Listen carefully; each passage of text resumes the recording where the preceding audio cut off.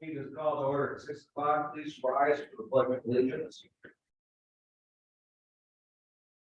I pledge allegiance to the flag of the United States of America, to the republic for which it stands, one nation, under God, indivisible, with liberty and justice for all. Thank you, everyone. We are being broadcast live over Van Buren Township Channel 12, and we are also being broadcast over YouTube at this moment. Clerk Wright, would you please call the roll? Here. Trustee Kelly. Here. Trustee Morgan. Here. Trustee Martin. Here. Trustee Frazier. Here. Trustee Bud. Here. Trustee President, McNabb. Here. We have a floor. Thank you. Executive summary of what we're going to be doing today. That we're going to be, first of all, having a consent agenda, which consists of our board meeting minutes, our special board meeting minutes, our prepaid list, our voucher list, and approval of a Van Buren Township Support Emergency Operations Plan. Basically, a plan of what we do during disasters every year through the Police and Fire Administration. We're also going to be moving on to new business, which includes discussion of resolution of 2023, which is our amended budget for this year, and there are 24 proposed general fund budget, and along with the salary schedule. We'll have discussion on a resolution for 23 amended and 24 proposed water and sewer budgets, and the water rate fee schedules. We'll also have a discussion on resolution 23 amended and 24 proposed special revenue funds. We'll have discussion on community service job descriptions for a recreation programmer, the facilities coordinator. We'll then go on to discuss the first reading of an ordinance to allow the Board of Trustees to modify the required minimum separation distance between group child care home uses. In discussion, we'll then have a discussion of the special land use request for a distribution center by Crossroads Distribution Center LLC. Moving on to adoption of the agenda. Can I get a motion to adopt the agenda? I make a motion to adopt.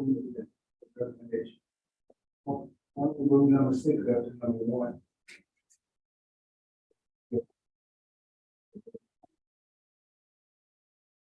Okay.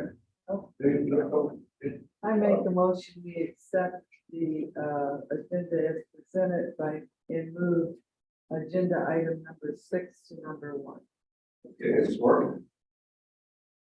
The motion, I've got support in modified agenda. Period. Any discussion? Hearing no discussion, all in favor? Aye. Opposed? Motion passes. Next item is the consent agenda. Who would like to read the consent agenda today? All right, okay. The consent agenda consists of board meeting minutes of October 30, 2023, special minute meetings of October 10, 2023, two-page list of October 5th, 2023, two-page list of October 12th, 2023, document list of October 17, 2023, approval of Van Buren Township support emergency operations plan. The motion got support. Consent agenda, hearing no discussion. All in favor? Aye. Opposed? This motion passes. Next item is public hearing. We have none scheduled today. Next item is correspondence, announcements, and presentations. Kevin Martin, giving announcements, President. Sure. And you know, October is the month that we set aside for breast cancer awareness. And other than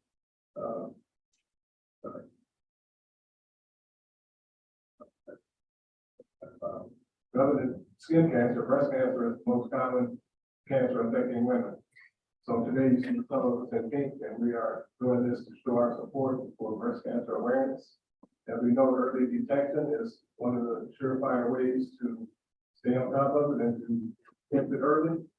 So we encourage everyone to do that, and that is the final. Thank you. Clerk Wright, if you understand this. Yeah, this is something I found out today. I don't know why I just found out today, but I did. Beaver saddened to announce that former township supervisor and former township trustee My wife passed away in September 24th, and his presence. I was board member for 8 years, 4 years as a supervisor, 4 years as a trustee. It was always a pleasure standing at White Suit. It was always kind hearted and full of joy. So Bruce is someone who was very easy. I would like to thank him. Work for you. God is good for that.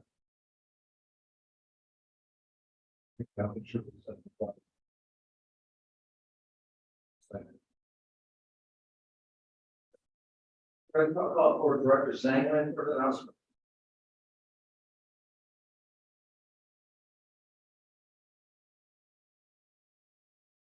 Good evening. I can't reach over this computer. Good evening, thank you so much. So we have some fun events coming up, so happy to announce. This Saturday is our annual Candy Loop. If you've not been to Candy Loop, it means you've been missing out, so you need to come out. First of all, we hope and pray for good weather, because our event is outside at Quirk Park. We're on just the north side of the pavilion. We want you to show up at 4 o'clock. Show up earlier if you want to help, but show up at 4 o'clock. The event runs from 4 till 6. And it's a nice, fun, friendly way for kids to trick or treat. They go from station to station, and we have our local businesses and organizations that man different booths and pass out candy, and we have so much fun. If you're wondering who comes out, it seems like everybody. We get between 800 and 1,000 kids. Now, you know they don't drive themselves, right? So that means we get a lot of people that come out. It is a fantastic time. We're praying for good weather, cross our fingers. And, you know, it's just a great time to get together. You see lots of families, everybody's dressed up. There's so many just fun, creative costumes. We have a great time. That's Candy Loop at Quirk Park. This Saturday, we're not going to talk about rain, but we have a rain date of October 28th that we're not going to need because the Saturday is going to be beautiful. So we're hoping for that. That's Candy Loop. Our information's on the website. It's on our Facebook page. You can give Parks and Rec a call, and we'll be happy to fill you in if I've left some details out, but we hope to see you out. And, you know, Candy Loop comes before Halloween. And now in Van Buren Township, what comes after Halloween is pumpkin rollout. We're asking all our families, make sure you save those leftover jack-o'-lanterns, save your pumpkins, bring them to Van Buren Park on November 4th at 10 a.m. We're gonna be out there ready to roll those pumpkins down that sled hill. Why? Because it's weird, it's fun, and where else can you do that, right? So we're enjoying our sled hill in the fall, rolling our pumpkins down. We did it last year. We had between 50 and 75 people out. We had a blast. This year, we are so fortunate. We have sponsorship through GrowthWorks. And GrowthWorks is sponsoring us. Probably the first 150 families will get free Detroit mini donuts. So come on out, bring those pumpkins, roll them down the hill. See, Kevin's nodding because he knows those donuts are really good. And we have a lot of fun. It's a great opportunity to come out. It's fun. Kids, you can wear your costumes again. That's twice this month. You'll be able to wear those costumes. Well, 3 times Halloween, but at our Candy Loop, also at Pumpkin Rollout. You'll get some free donuts. Great opportunity to take some pictures. This will be the first year that we have our 20-foot inflatable pumpkin. Let's hope we tie it down and it doesn't take off. But we're looking forward to it. It's going to be a lot of fun, and we hope that you come out. If you're looking for more information on Candy Loop, if you're looking for information on Pumpkin Rollout, you can go to our website. You can give our office a call. And hear me now, parents, if you have teenagers that are looking for volunteer hours, I am looking for them. So they can contact me, they can have fun and get those volunteer hours. Thank you. Thank you. I went last year, a lot of us did, you know, I didn't think very much of this pumpkin rollout idea. But it was a lot of fun, and the kids loved it. And they ran up and down that steel till they wanted to drop. You wear them out too, this is a lot of fun. I do have to mention a few things. First of all, Forgotten Harvest. Today was our last day for Forgotten Harvest.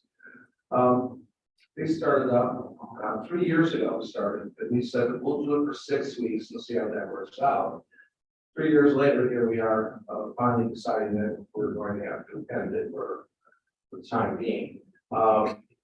There's still a need in the community. It's amazing what the volunteers have done. So many of them that signed up for 6 weeks and 3 years later are still coming every week.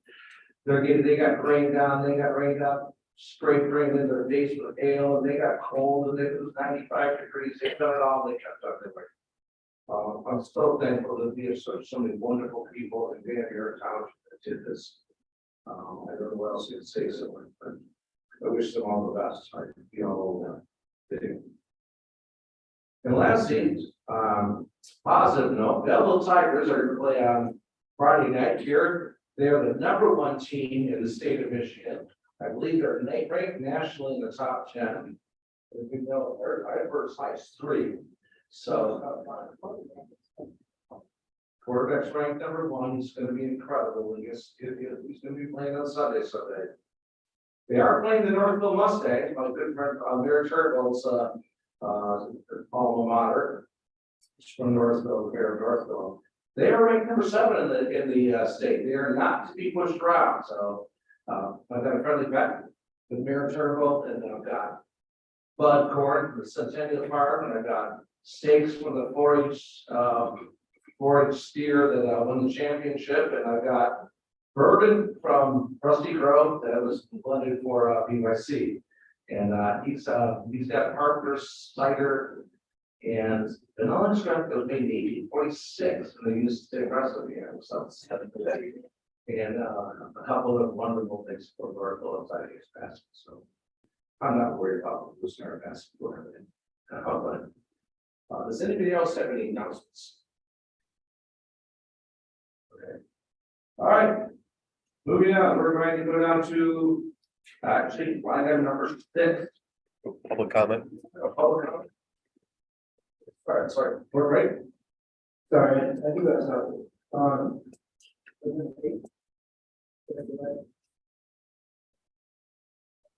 Every time we have an extension election, those are the stuff. The executive election, because we did. Precinct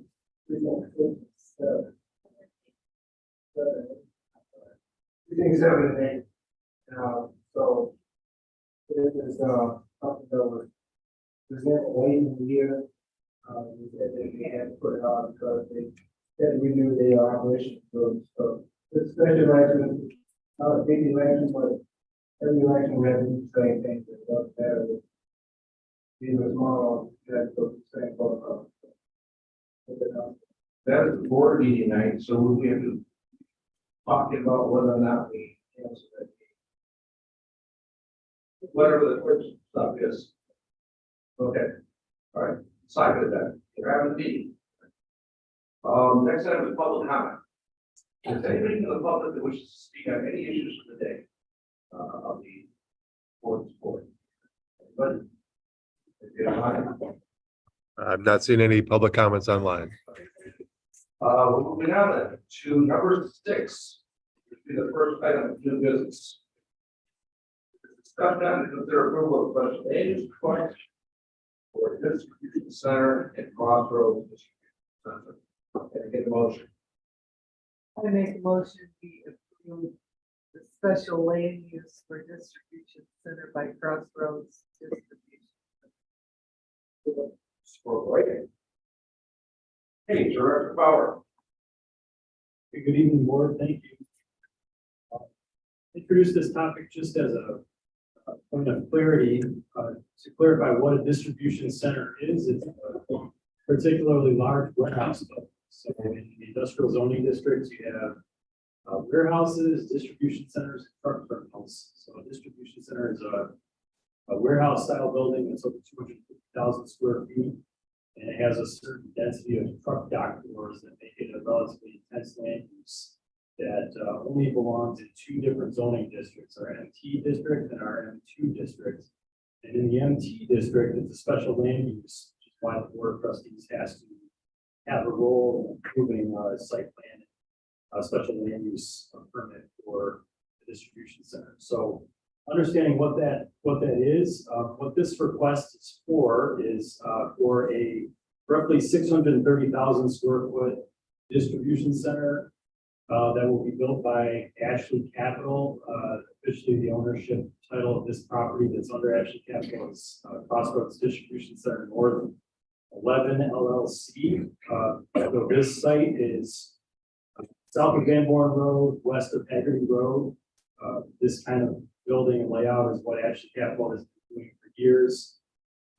This is moving into the second phase of their developments between Forest Road and Van Born Road on the west side of Haggerty Road.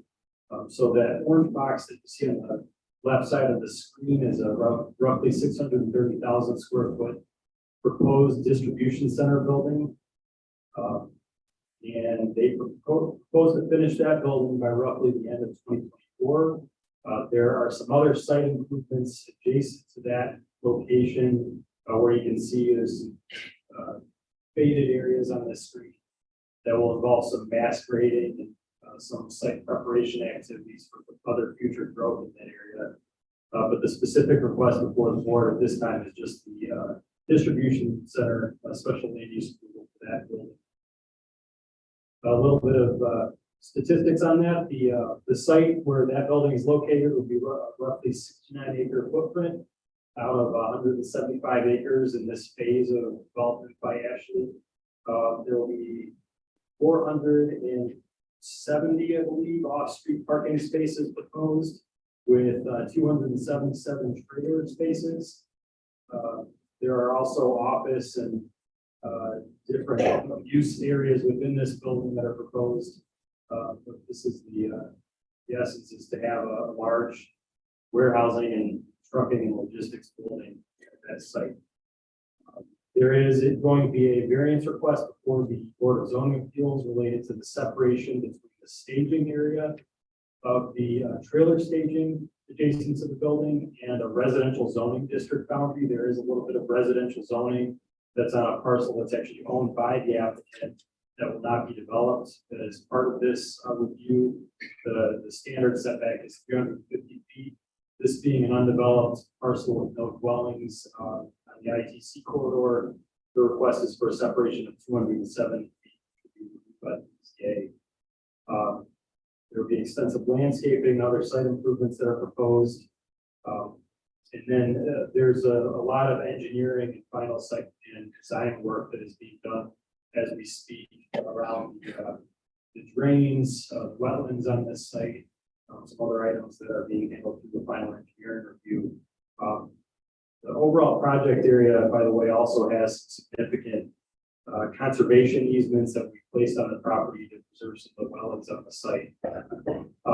The Planning Commission held a public hearing on September 27th to take public comment on this request, review this preliminary site and review the special land use request. There was a public hearing at that meeting, and the Treasurer Bud can remind me if there's anything else that I'm missing in those comments, but I remember one of the most significant comments on this being the condition of Haggerty Road, which is at the top of all of our minds. Haggerty Road is on the schedule to begin reconstruction this fall through early 2025. So that is something that will line up with the construction on this project.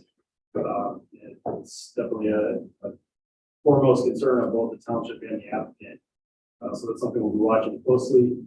So there is a little bit of public comment at that meeting, but the Planning Commission did recommend conditional approval of the preliminary site plan. And they recommended the approval of the requested special land use to you on the Board of Trustees, subject to the approval of the variance that I mentioned previously, and final site plan approval will happen at a later step in this review process. So really a continuation of much of the development pattern that you see buildings 4, 5, and 6 to the south. You'll see in this layout of this site. So I'm happy to answer any questions about the site plan and the use. We also have Kyle Morton, Tim Rydell from Ashley, and Dennis Schultz from Ashley Capital here. Do you have any questions for that? No, looking forward to it. Keep on building. It's a great building. Yeah.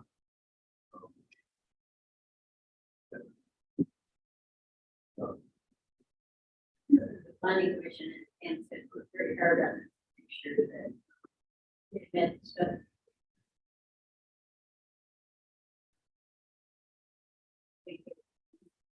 Hopefully,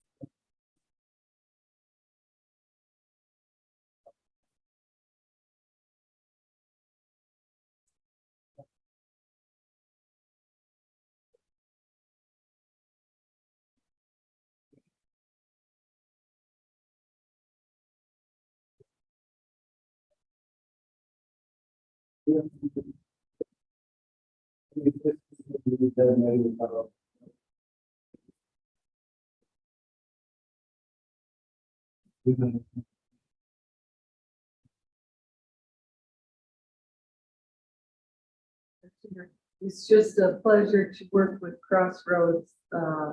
They're a good company to have in our community, and I appreciate their willingness to work with us.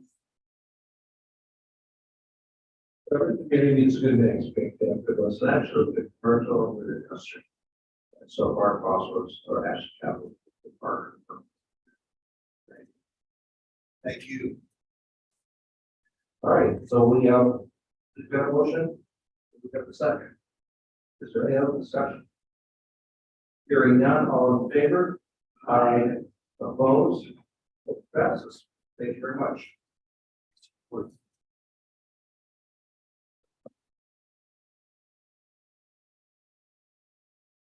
Okay, we're moving on. Next item to discuss, discussion and consider approval of a resolution for our 2020 budget. It would be an amended budget in our 24 total general fund budget and our salary schedule. Can I get a motion? But I make a motion that we send the 2023 budget and adopt the 24 proposed general fund budget, noting that revenue and expense of those noted shall be dedicated account, fiscal year line items, which are not expense or through tax to net income. Approval of dependencies on the above are part of the general fund budget. Revenue is tax administration fees continuing tax. Adoption is by departmental vote. Adoption of resolution 2023-27, general fund 23 amended budget to proceed any prior resolution, and it also includes adopting the 2023-24. right. Okay, so I guess so. Approve the budget. That's our biggest job. We've been serving this budget now since January. We've worked on it since February. Some of the highlights of this budget are this is a balanced budget with revenues of about $24,260,000, with expenses of $24,240,000, leaving approximately $20,000 surplus for the budget. We, of course, work all year long to reduce costs and to improve revenues. We plan on doing that throughout the next year. Help make that better. The budget includes a new combined department, the name of the community services. This group will include the senior and the recreation area, including the new community center. We have fully funded this area based upon a study by our staff and consultants.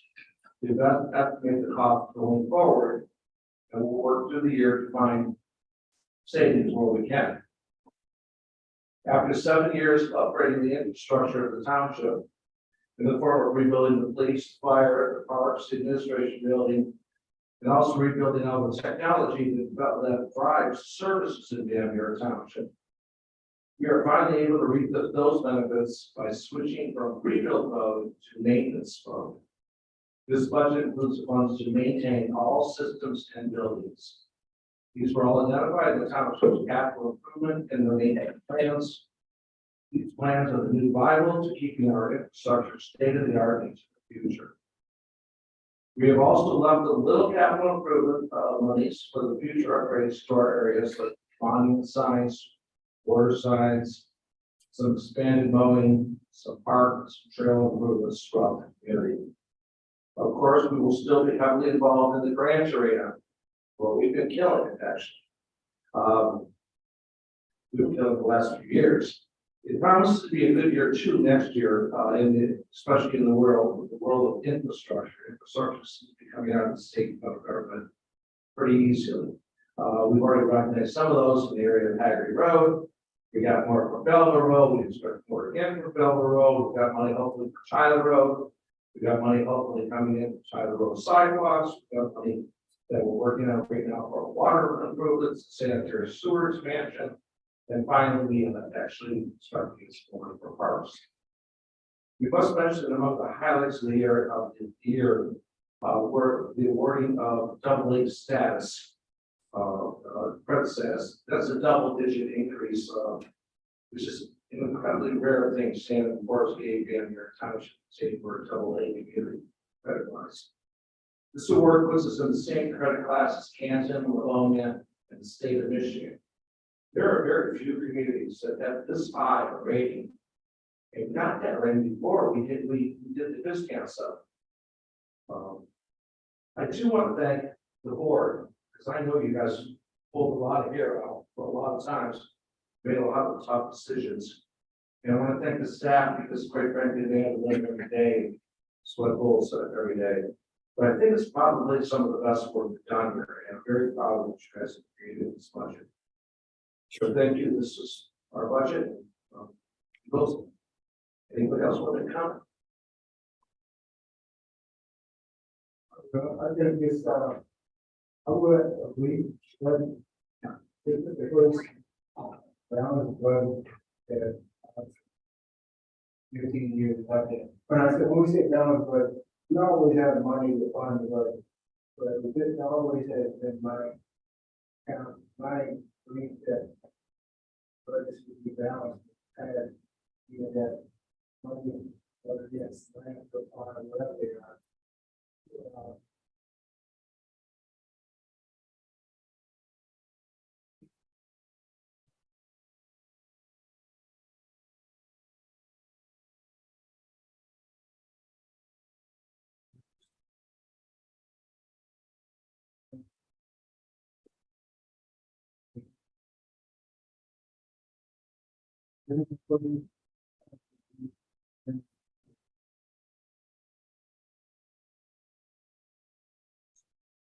I'd just like to thank their, buddy and the department heads for working so hard.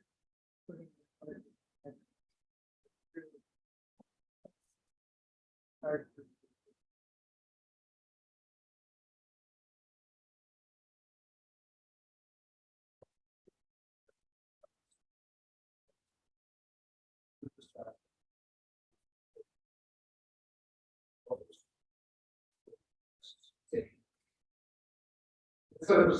Consider approval of resolution the 23 amended and 24 proposed water and sewer budget and water rate fee schedule. And I get it. I think the motion to accept resolution 2023 28 2023 amending and 22 for water and sewer budget and water rate schedule. Okay, the record for us. Again, can you give us some of the highlights of this? I guess the highlights would be what how much money we have revenue, how much we have going out, and what is the rate for water. Projected water rate for next year is 5.9%. Kind of got a display here. So we had a 1-inch meter, use 12,000 gallons per quarter. The financial impact with raising it 5.9% would be roughly $4.45 per cup quarter. On the sanitary side, it would be $3.40 $0.15 for the disposal of the 12,000 gallons dollar impact, which is for sanitary is 3.9% increase. 12,000 gallons is a median, Yes, that's just so the average bill will go up $7. $11.60. All right, does anybody else have a question?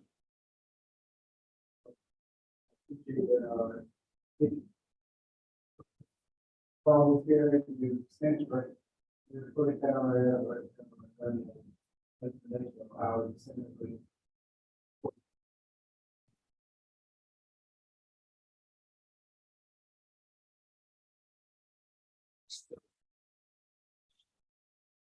Raise our recent report for the else, so they're all going up probably more than the hour.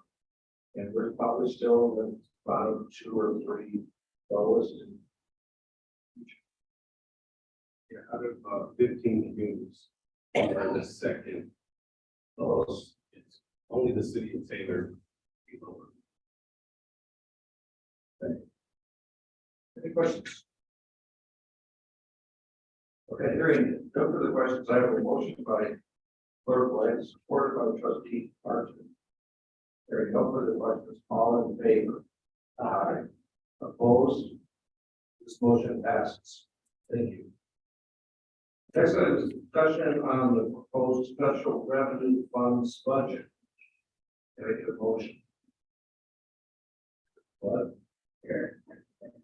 I make a motion that we approve resolution 2023-29, the 23 amended, and the 2024 proposed special revenue fund budgets, which include the Downriver Development Authority, the Devonshire Museum, the Local Development Finance Authority, the Federal Forfeiture Fund, State Forfeiture Fund, E91 Service Fund, the Landfill Fund, the Long-Term Debt, and the Capital Improvement Fund, noting that revenue in excess of those notes shall be dedicated to fund balance. And items not expensed shall refer to, and I think the titles alone pretty much explain what those special funds are. Okay. I think we have any questions on the funds, because those funds really are kind of. Or here, because I'm all. They're all solid, with they all really don't have that many. The BAM is a special purpose. Funds it's that it's unusual one now. Let's see. The DDA is solid, the balance, and they have a strong surplus right now, which we are holding on to hopefully rebuild Belleville Road going north. We are hoping to do that in 2 years. The Belleville Museum is funded, and it's getting that support this year. There'll be a little bit more for next year. The LPFA is actually going to be having cash surplus next year for the first time in many years. With the Visteon settlement, it won't last more than a year or two before it goes back to deficit, but it will for a short while. Federal forfeiture fund, we're not using that this year. We're using stock, I would use it by things like vests for the cops, things like that. The 9/11 service fund helps us pay for our dispatchers for our 9/11. The landfill fund is a fund that is used to back up the general funds. The long-term debt fund is the fund that we use to back up long-term debt, which means Visteon, Tyree Medical, any bonds that we might have out there, which we have really fund left. And the capital improvement fund is in case we get a large capital improvement that we want to slowly but surely grow. Any questions? We have a motion by Treasurer Quinn, supported by Trustee Boynton. Hearing no further discussion, all in favor? Aye. Opposed? Motion passes. Next item is discussion on to consider approval of the community services job description for recreation programmer, facilities coordinator. Take a motion. I make a motion to approve community service job description for recreation programmer. Facility support. Okay, Director Sumter. Good evening, board. I am here today to ask you to consider approval for the community service job descriptions for the recreation programmer as well as the facilities coordinator. I would like to ask you beforehand, before I close out, do you have any questions from your preview of the board packet last week on these items? None? Okay. So with that, I ask for approval. Would you give us give the, I have give to the, would you give the public a short description of what a recreation programmer is? Sure. The recreation programmer is going to be the employee that helps Director Mainline with the day-to-day, including the oversight and identifying, different programs such as educational, social needs, as well as any training and maintaining records for the employees. This will be her right hand, for the new BBC that is building currently now. And she or he, will also help out, with any of the program oversights that is created during that time. A little brief description on the facilities coordinator. That person will be responsible for, again, the day-to-day of the maintenance of the building. So that will be another person that will be on the direction of Director Zangler. BBC, correct. Both of these, positions, both on full-time. They are both full-time, yes, sir. They were spelled out in the budget that was presented to us from that brand, and we always know this, so they're gonna have hired. He or she.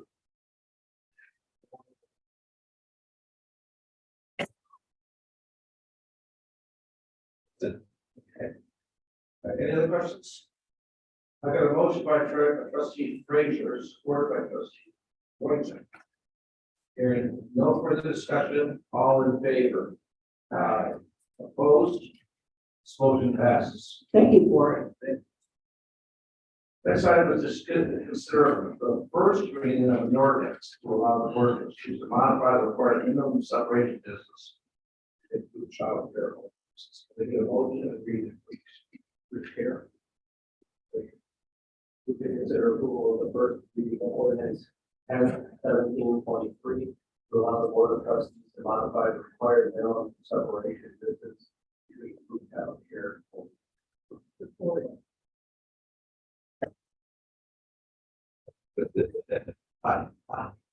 Okay, go ahead, Clerk Power. Okay, thank you, board. So pretty brief, zoning ordinance text amendment. It requires a little bit of explanation though. In the state zoning enabling act passed in 2006, there are a number of uses that are identified in state law that are applied broadly throughout the state and end up being in a position where they can be permitted uses regardless of local zoning. Childcare is one of those uses where the state recognizes a need. And in every zoning ordinance, the residential zoning districts, there is a certain amount of home childcare, home daycare that's permitted by right. So our R1 zoning districts, for example, the category of childcare uses that accommodates 1 to 6 children, or now 1 to 7 with a recent policy change, is permitted by right in our residential zoning districts. There's another category that's one step above that, that's for 7 to 12 children being cared for in childcare during the day. That's called a group daycare home. In state law, group daycare homes were given a set of standards that require a certain separation distance from one group daycare home to other institutional uses or other daycare homes. For example, they have to be 1,500 feet from adult foster care facilities, correctional facilities, and other uses. One of the points where there's a separation requirement like that in state law historically is between 2 group daycare homes. However, there is the ability for local governments to modify those requirements or modify the special land use standards that they apply to daycare homes. And the reason this is being brought up currently is because we have been made keenly aware of the need for childcare in Van Buren Township specifically. In recent years, there have been direct communications from folks from the state of Michigan's licensing and regulatory affairs agency that have been working directly with residents who have those small daycare homes, who want to increase their capacity to the larger group daycare homes. They've been really encouraging that. And so recognizing that, we took a closer look at our zoning ordinance and we saw an opportunity and really a need to modify that minimum 1,500-foot separation between daycare homes. If, by example, there's a subdivision where you have two family daycare home providers that take care of up to 6 children in a given day, and they're running a successful daycare that the state of Michigan supports through regular licensing. The planning commission wanted to look at whether there was a justification to modify the requirement for them to have to be 1,500 feet apart. A good example is a neighborhood, a country walk where there are 2 family daycare home providers less than 1,500 feet apart. Both are providing a valuable service in the neighborhood. And so we wanted to take a closer look at that separation requirement. After a number, I believe 2 work sessions and a public hearing, the planning commission and develop standards that will allow the board of trustees to modify that 1,500-foot separation requirement if there are standards that are checked with regard to traffic, drop off and pickup times, and other issues that might impact parking on street in the neighborhood. But if those standards are addressed and there's adequate mitigation of concerns around parking and drop off, pickup times and traffic, what this ordinance does is allows the planning commission to make a recommendation, the board to approve second group daycare home within 1,500 feet of another group daycare home. So there are a series of firewalls and quality control checks that the planning commission board have. Now they may consider 2 group daycare homes less than 1,500 feet apart if this ordinance passes. So that's what the presented to you tonight has been recommended for the series of planning commission discussions. Will that answer any questions? I would say that, very much aware of how much daycare that needs to be. We even had one idea that freezers or group home, the neighbors love the children, they were more than willing to share a driveway or whatever they had to pick up. We also had somebody come, would like to freeze hers, but because of where her distances from someone else, she asked us to take this consideration. So, sort of my-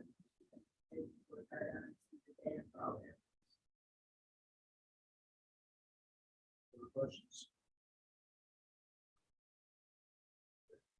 All right, motion by trustee Taylor, supported by treasurer Bud. No further discussion. All in favor? Opposed? Motion passes. Thank you, treasurer. Thank you. Moving on, we have no reports to do today, so we're in the public comment, non-agenda items. So anybody to the public that wishes to make comment on non-agenda items? Anybody from the public that wishes to make comment on non-agenda items? None from our online. Board comments, is the board want to make comments? If you want to prepare.